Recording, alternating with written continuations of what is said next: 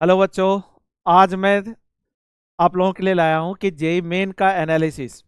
Actually में अभी बहुत सारे क्वेश्चन आ रहे हैं कि बच्चे अभी जेई मेन फेज 2 एग्जाम दिए हैं, कितना मार्क्स पर कितना परसेंटाइल आएगा, या कौन सा रैंक आएगा, कौन से कॉलेज हमको मिलेगा, कौन से कॉलेज कौन से एनआईटी हमारे लिए बढ़िया है।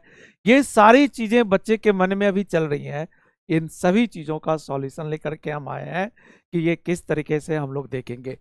सबसे पहला जो बहुत एसेंशियल है, जहां पर बच्चे लोग बहुत ज्यादा रहते हैं कि भाई मेरा नंबर इतना ज्यादा आ रहा है या इतना कम आ रहा है, ये परसेंटाइल कैसे बनेगा, ये परसेंटाइल को कैलकुलेट करने का तरीका क्या होता है। जैसे इस बार हम देख रहे हैं कि बच्चे भी ज़्यादा है लास्ट ईयर के कंपैरिजन में, तो लास्ट ईयर के कंपैरिजन में जब बच्चे ज़्यादा है तो क्या ये हमारे लिए बेटर है या नहीं है। परसेंटाइल की बात करें तो किस तरीके से हम लोग फाइंड आउट करेंगे, राइट। तो इसको हम लोग थोड़ा समझने का कोशिश करते हैं। जैसे हमने calculation of JEE Main percentile to qualify JEE Advance, JEE Advance को क्वालिफाई करने के लिए परसेंटाइल कैसे आएगा, हम जनरली यहां पर इसकी बात करते हैं। जैसे मान लेते हैं कि जेई मेन से जेई एडवांस को क्वालिफाई जो करते हैं ना, वह तकरीबन 2.5 लाख स्टूडेंट होते हैं। अब ये जो 2.5 लाख स्टूडेंट है, ये 2.5 लाख स्टूडेंट क्या करेगा, इसको क्वालिफाई करेगा। अब 2.5 लाख में हमको ये बताना है कि जनरल कैटेगरी से कितने जाएंगे या बाकी से कितना जाएगा, इसको हमको देखना है। तो 2.5 लाख के स्टूडेंट है, तो अगर हम बात करें इसमें 40% अगर आता है जनरल कैटेगरी से, ये तकरीबन कितने के बराबर होगा, 1 लाख के इक्वल हो जाएगा। अब अगर ये 1 लाख के इक्वल आएगा तो ये 1 लाख के बेसिस पर हमको परसेंटाइल को डिसाइड करना है। जैसे अगर हम मोड और लेस के अप्रोक्सीमेट डाटा की बात करें लास्ट ईयर जेई मेन 2023 की, शिफ्ट 1 में जो बच्चा बैठा था वह कितना बच्चा था, 8.2 लाख। शिफ्ट 2 में कितना बैठा था, 9.3 लाख। लेकिन ये डिफरेंट बच्चे नहीं थे, इसमें कुछ बच्चे जो थे वह कॉमन भी थे। अगर हम कॉमन बच्चे की बात करें तो 6.2 लाख लगभग कॉमन है। हम क्या करते हैं, दोनों को एक रफ डाटा मान लेते हैं। जैसे मान लेते हैं कि हम शिफ्ट 1 की अगर बात करें, शिफ्ट 1 में टोटल 8.5 लाख स्टूडेंट है, और शिफ्ट 2 में भी कितना है, 8.5 लाख स्टूडेंट है, राइट। अब शिफ्ट 1 शिफ्ट 2 दोनों में 8.5 लाख 8.5 लाख है। इसमें से हम ये एज्यूम कर लेते हैं कि टोटल 6 लाख स्टूडेंट क्या कॉमन है। अब 6 लाख स्टूडेंट कॉमन आ गया इसमें। अब सवाल उठता है कि 6 लाख स्टूडेंट अगर कॉमन हुआ तो टोटल नंबर ऑफ स्टूडेंट कितना अपीयर्ड हुआ। इसका मतलब इसमें 2.5 लाख जो अनकॉमन बच्चे हैं यहां पर, और इसमें भी कितना अनकॉमन बच्चे हो गए, 2.5 लाख। अब दोनों जगह 2.5 आ गया। जैसे हम यहां से अगर कैलकुलेट करें तो 8.2 माइनस 6.2 के लमसम हम लोग देखेंगे, फिर यहाँ 9.3 से 6.2 लेंगे, तो हम एक लमसम डाटा बता रहे हैं कि परसेंटाइल कैसे कैलकुलेट होता है। और यहाँ पर हमें ये समझ में आ जाएगा कि अगर हमको इतना परसेंटाइल आ गया तो हम जेई एडवांस के लिए क्वालिफाई कर गए। एक मोड और लेस हम इस चीज को समझने का कोशिश करते हैं। तो शिफ्ट 1 हमने कहा कि 8.5 लाख, शिफ्ट 2 में 8.5 लाख, और कॉमन बच्चे अगर यहाँ पर 6 लाख है तो टोटल 2.5 लाख यूनिक बच्चे यहाँ पर आ गए, 2.5 लाख यूनिक बच्चे यहाँ पर आ गए। तो total number of appeared student जो आया, बड़ा डिफिकल्ट है परसेंटाइल का कैलकुलेशन, बहुत डिफिकल्ट है, बहुत ध्यान से इसको समझने की जरूरत है। तो अगर हम total number of appeared student की बात करें, अपीयर्ड स्टूडेंट की बात करें तो कॉमन हो गए 6 लाख, और यहां पर अनकॉमन 2.5 लाख शिफ्ट 1 में, 2.5 यहां पर आ गए प्लस 2.5, ये टोटल कितना हो गया, 11 लाख। तो टोटल स्टूडेंट अपीयर्ड जो हुआ कितना हुआ, 11 लाख। अब 2.5 लाख स्टूडेंट क्या है यहाँ पर, जेई एडवांस के लिए क्वालिफाई करना है, जिसमें से जनरल के लिए जो क्वालिफाई करना हुआ कितना करना है, 1 लाख, 40% के अप्रॉक्स में क्वालिफाई करना है। तो हम लोग क्या करते हैं, परसेंटेज निकालते हैं। 1/11 इंटू 100, ये वैल्यू ऑलमोस्ट 9.09 या 9.01 के अप्रॉक्स में जा रहा है, या 9 मान लेते हैं। इसका मतलब जो टॉप 9.09 बच्चे हैं वह क्या होगा, जनरल कैटेगरी के लिए क्वालिफाई हो जाएगा, ये एडवांस के लिए। तो 100 में से हम लोग इसको अगर परसेंटाइल की बात करें तो ये जो परसेंटाइल आएगा वह 100 माइनस 9.09 और ये अप्रॉक्स 91 परसेंटाइल के अप्रॉक्स में आता है।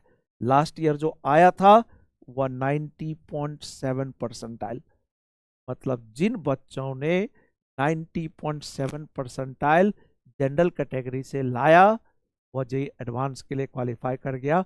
वही बात अगर हम ओबीसी की करें तो वह तकरीबन 73 के आसपास था। फिर अगर हम एससी कैटेगरी को सही ढंग से रिकॉल कर पा रहे हैं तो वह 52 के अप्रॉक्स में था। उसी तरीके से अगर एसटी कैटेगरी की बात करें तो आई थिंक 37-38 के बीच में कोई वैल्यू था। तो इस तरीके से था। तो अब सवाल उठता ये तो आ गया किसका, ये हम कह सकते हैं 2023 का। लेकिन अगर हम बात करें 2024 की बात करें तो 24 में थोड़ा बढ़ने के चांसेस है। क्यों? क्योंकि नंबर ऑफ स्टूडेंट यहां पर ज्यादा हो चुका है।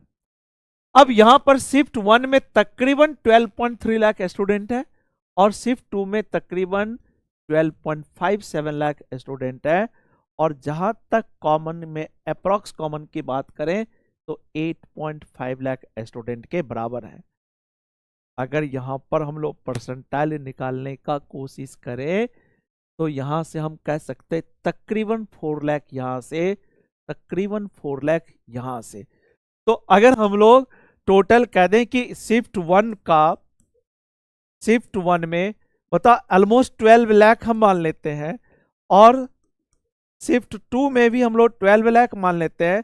कॉमन यहां पर 8.5, चूंकि ये 12.3 है तो हम मान लेते हैं अनकॉमन यहां पर भी 4 लाख है और यहां पर भी अनकॉमन अगर 4 लाख है तो टोटल अपियर्ड स्टूडेंट कितना आ गया, 8.5 प्लस 4 प्लस 4, ये तकरीबन 16 लाख के आसपास आता है।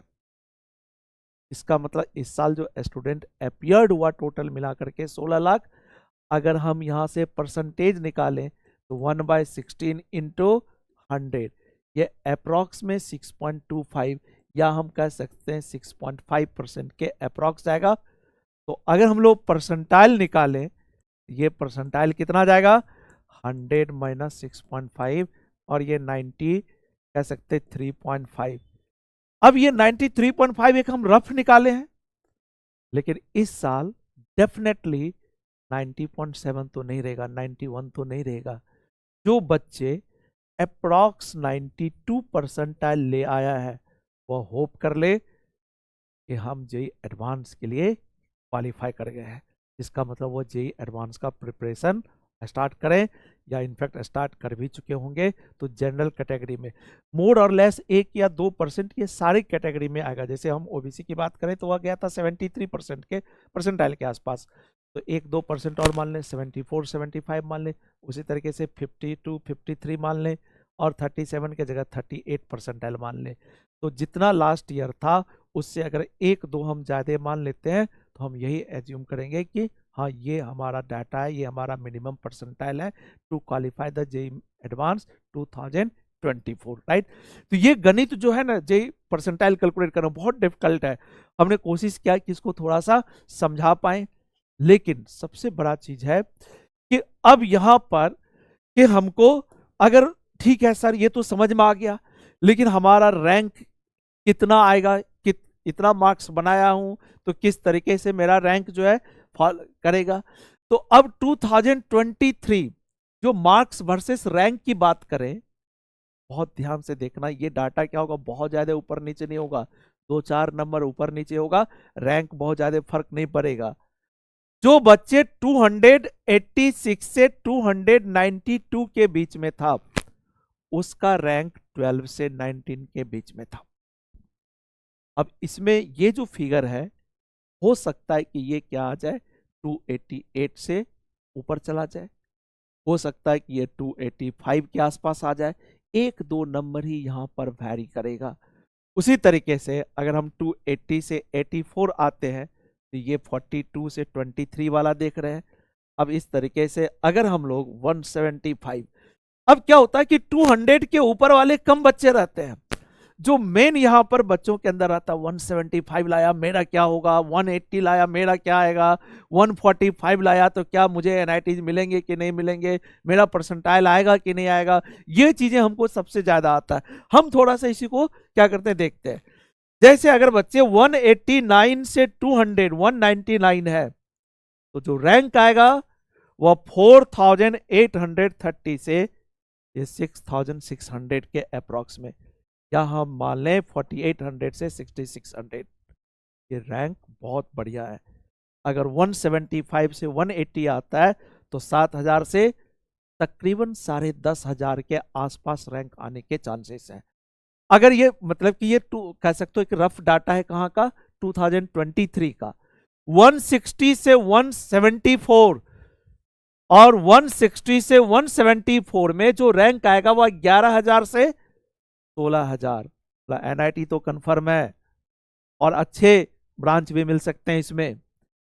अगर 149 से 160 के अप्रॉक्स में आते हैं, ये 16,000 से या 16,500 से 21,500 के बीच में ये रैंक आ सकता है। उसी तरीके से अगर 132 से 145 के बीच में है तो 22,000 से 32,000, 120 से 131 है तो ये 33,000 से 43,000, 110 से 120 है तो 44 से 54,000, फिर अकॉर्डिंगली इस तरीके से है। इसका मतलब अगर हम लोग 130 प्लस है तो डेफिनेटली एनआईटी तो है, और हो सकता है कि उसमें कुछ कह सकते हैं कि साइड के जो एनआईटीज हैं, जो नए एनआईटीज बने हैं, उसमें हमें अच्छा ब्रांच भी क्या हो जाए, मिल जाए। तो ये प्रिडिक्शन हम लोग कर रहे हैं कि 130 प्लस अगर किसी का नंबर है तो उसको एनआईटी मिलने के बहुत ज्यादा चांसेस हैं। अब हम देखते हैं इसमें कि ये जो अप्रैल शिफ्ट हुआ है, जैसे 4 अप्रैल का शिफ्ट 1 शिफ्ट 2, इसमें कुछ टफ भी थे कुछ मॉडरेट भी थे। इस शिफ्ट वाइज हम लोग एनालिसिस करते हैं कि क्या किस तरीके से जो हमने एक्सपेक्टेड मार्क्स और जगह सोर्सेज से देखा है और उसके बेसिस पर बनाया है। अगर शिफ्ट 1 में 203 प्लस है तो 99 परसेंटाइल प्लस जाएगा, और अगर ये 178 प्लस है तो 98 में जाएगा। अब कह सकते हैं कि 180 आ गया तो 98 पॉइंट समथिंग आएगा। ये मोर और लेस है। इसका मतलब अगर 4 अप्रैल के शिफ्ट 1 में जिसने 200 प्लस किया, होप कर ले कि उसका परसेंटाइल 99 आएगा, और जिसने 180 के अप्रॉक्स में प्लस कर लिया 198 प्लस में जाएगा। उसी तरीके से 175 पर 97 है। अगर इस तरीके से आते जाए तो इस साल तकरीबन जेईई एडवांस क्वालिफाई करने के लिए 93 परसेंटाइल चाहिए। यहाँ पर हम क्या देख रहे हैं, 136 नंबर जो है अगर हम लोग प्लस करते हैं तो यहाँ पर हम लोगों को मिल सकता है। अब उसी तरीके से अगर हम शिफ्ट 2 की बात करें तो ये मोर और लेस शिफ्ट 1 और शिफ्ट 2 एक दो नंबर का इधर उधर है। वो परसेंटाइल में 205 99 जा सकता है। 183 अगर कंपेयर करें तो बहुत ज्यादा 3-4 नंबर का अंतर है, बहुत ज्यादा अंतर नहीं है। तो मोर और लेस शिफ्ट 1 और शिफ्ट 2 यहां पर भी 94 परसेंटाइल अगर देख रहे हैं तो तकरीबन 136 के आसपास ही जा रहा है। मतलब अगर हमारा 136 नंबर या 132 नंबर अगर है 4 अप्रैल के शिफ्ट 1 शिफ्ट 2 में तो डेफिनेटली जो जनरल कैटेगरी से है उसको हम ये कह सकते हैं कि डेफिनेटली वो कहाँ पर जा रहे हैं, ये एडवांस क्वालिफाई करने जा रहे हैं। और हो सकता है कि उसको एनआईटी भी क्या हो जाए, कंफर्म हो जाए। इतने नंबर पर क्या होता है, जो रैंक होता है वह रैंक भी ठीक ठाक आ जाता है, और ठीक ठाक रैंक आ जाएगा तो एनआईटी के मिलने के भी चांसेस है। ये तो 4 अप्रैल का कहानी है। हम लोग देखते हैं 5 अप्रैल शिफ्ट वाइज इसको देखते हैं। अब 5 अप्रैल की बात करें तो 5 अप्रैल का जो शिफ्ट 1 है वो थोड़ा सा इजी था, और इजी था तो इसमें क्या देख रहे हैं 99 परसेंटाइल जो गया वह कितना गया 215। फिर 98 कहाँ पर जा रहा है 195 पर। का मतलब इस तरीके से बढ़ते जा रहे हैं, लेकिन यहां पर 93 परसेंटाइल वो 150 के आसपास जा रहा है, और यहाँ पर 93 परसेंटाइल 138। मतलब अगर हमको 210 प्लस है 5 अप्रैल में, चाहे वह शिफ्ट 1 हो या शिफ्ट 2 हो, तो श्योर रहो 99 परसेंटाइल क्या होगा, कंफर्म रहेगा, और 99 परसेंटाइल आना ही आना है। देखते हैं कि नेक्स्ट 5th के बाद हम लोग 6 अप्रैल को देखते हैं। अब आया 6 अप्रैल, अभी तक तो 200 प्लस देख रहे थे, अब 200 से थोड़ा कमाना शुरू हो गया। 5th अप्रैल की 6 अप्रैल की बात करें तो शिफ्ट 1 में 197, मोर और लेस 200 के आसपास ही है, लेकिन 200 से थोड़ा कम आ गया, 98 आ गया 182 पर। मतलब अगर हमको 195 भी है, तो 195 भी है शिफ्ट 1 में, तो हम होप कर सकते हैं कि जो परसेंटाइल बनेगा वह कितना बनेगा, 99 के अप्रॉक्स में बनेगा। शिफ्ट 2 इससे ज़्यादा डिफिकल्ट था, जिसका 99 परसेंटाइल 185 182, अगर इतना नंबर है तब भी क्या हो सकता है, उसके 99 परसेंटाइल बन सकते हैं। इसी तरीके से हम 6 अप्रैल के बाद अगर 8 अप्रैल की बात करें, तो 8 अप्रैल का जो शिफ्ट था, आई थिंक वह सबसे डिफिकल्ट शिफ्ट में से एक शिफ्ट था। तो फेज 2 में जितने भी आया उसमें 8 अप्रैल का शिफ्ट क्या था, सबसे डिफिकल्ट था। 99 परसेंटाइल 185 मार्क्स पर आ रहे हैं, मतलब 180%, अगर 180 नंबर आ रहे हैं 8 अप्रैल के शिफ्ट में 1 में हो, और शिफ्ट 2 जो है वह तो और भी कम दिख रहा है, 170, मतलब 165 168 170, अगर इतना है तो डेफिनेटली हम लोग किस रेंज में जा रहे हैं, 99 परसेंटाइल के रेंज में जा रहे हैं। और यहाँ पर 93 परसेंटाइल जो है वह 90 नंबर पर जा रहा है, जबकि यहाँ पर 93 तकरीबन 110 नंबर पर जा रहा है। तो ये तो लगभग सेम ही है। प्लस जो 8 अप्रैल का शिफ्ट था वो शिफ्ट सबसे डिफिकल्ट रहा है, और यही शिफ्ट एक ऐसा है जहां पर हम कह सकते हैं कि बच्चों को कम मार्क्स भी अगर आ रहा है तो डिमोटिवेट होने की जरूरत नहीं है, क्योंकि ये शिफ्ट डिफिकल्ट था, और इस डिफिकल्ट शिफ्ट होने के कारण इसका परसेंटाइल भी, हायर परसेंटाइल भी क्या होगा, कम नंबर पर ही आ जाएगा। अगर हम 9 अप्रैल की बात करें तो 9 अप्रैल और भी डिफिकल्ट होने जा रहा है, शिफ्ट 1 की बात करें या शिफ्ट 2 की बात करें, ये दोनों डिफिकल्ट था। 172 से यहां पर 170 नंबर जो है हम क्या देख रहे हैं, 99, और 98 सीधा ये 15 नंबर 17 नंबर क्या हो रहा है, पीछे जा रहा है, और यहां पर भी तकरीबन उसी के आसपास जा रहा है। मतलब 8 अप्रैल और 9 अप्रैल का जो शिफ्ट 1 और शिफ्ट 2 था, कंपैरेटिवली फेज 2 में जितने शिफ्ट में है उस सभी से डिफिकल्ट था। तो इसलिए बच्चों इसमें वरीड होने की जरूरत नहीं है, क्योंकि इसमें बेटर परसेंटाइल कम नंबर पर भी आने जा रहा है। अगर हम 93 की बात करें तो 100 पर 93, और यहाँ पर भी तकरीबन 93। तो इससे ये होगा कि ये समझने में आसान हो जाएगा कि हम, मेरा परसेंटाइल कितना है, इतना नंबर अगर मेरा आ रहा है, चूंकि आंसर के भी अभी उसके रिलीज हो रहे हैं, हो चुके हैं, तो परसेंटाइल कितना बन सकता है एक अनुमान लगा सकते हैं। लेकिन सबसे ज़्यादा चीज़ जरूरी कि अगर अनुमान लगा लें तो कॉलेजेज कौन सा होगा या नहीं होगा, इसको थोड़ा सा हम लोग देखते हैं। जैसे अगर हम बात करें एनआईटी की, एनआईटी कॉलेज की अगर बात करें तो इसमें टोटल 3 टियर कॉलेज को डिवाइड किया गया।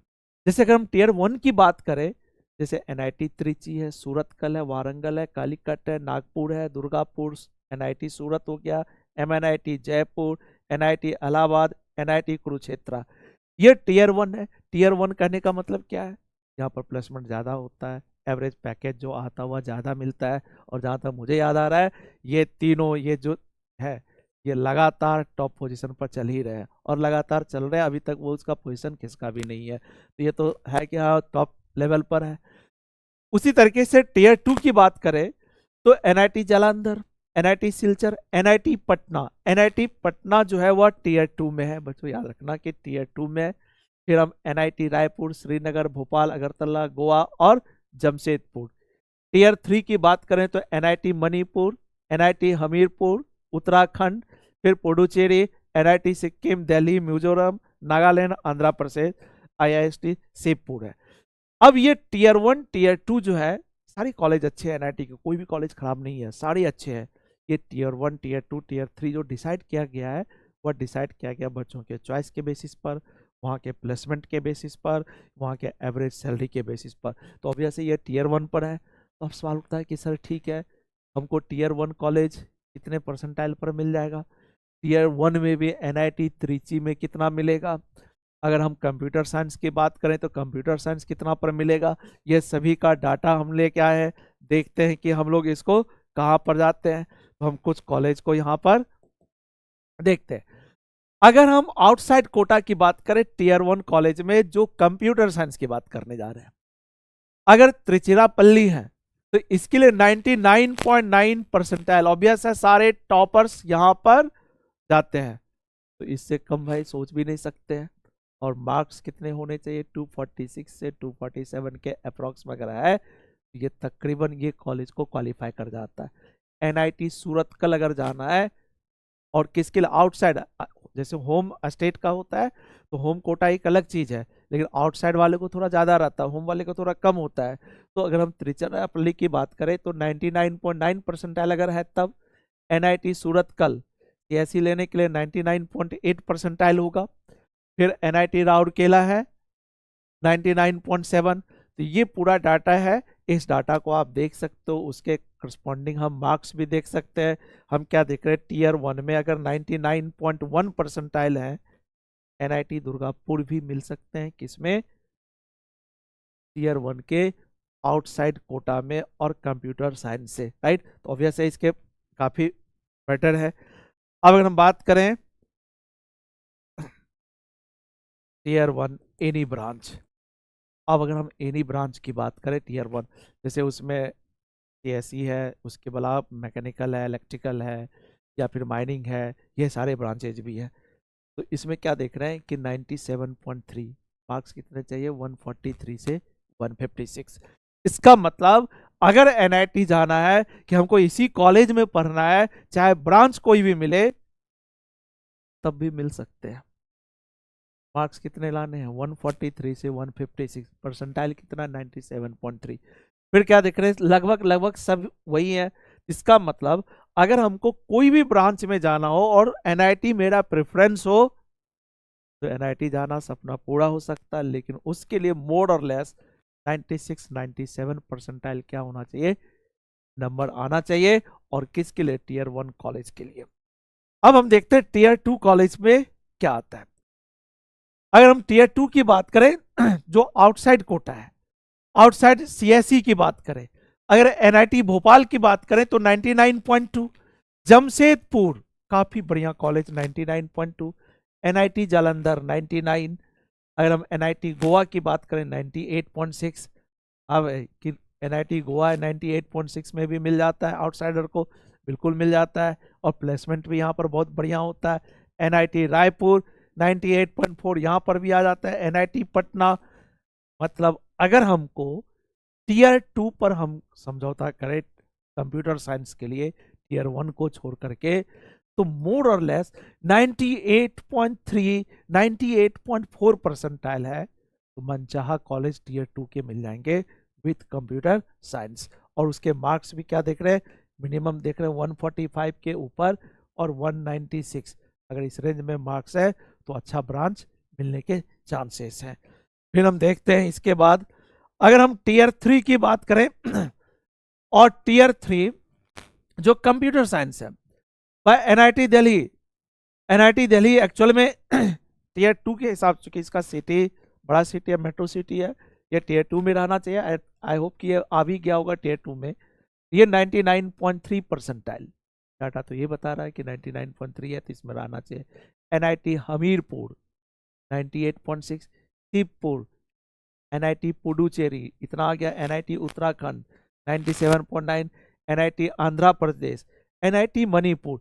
इधर क्या देख रहे हैं, थोड़ा परसेंटेज कम है, परसेंटाइल अगर हमको कम भी रहेगा तो मणिपुर, सिक्किम, अरुणाचल प्रदेश, मिजोरम, NIT नागालैंड, ये जो ईस्ट वाले हैं तो इधर लोग थोड़ा कम जाना चाहते हैं, अपना अपना चॉइस होता है, और उसके बेसिस पर कम परसेंटाइल पर भी NIT मिल सकता है विथ कंप्यूटर साइंस। लेकिन किसका, जब हम बात करें टीयर 3 की बात करें, राइट। तो ये तो आगे हमारे टीयर 3 की अगर हम बात करें तो इस तरीके से हम लोग देख सकते हैं, राइट।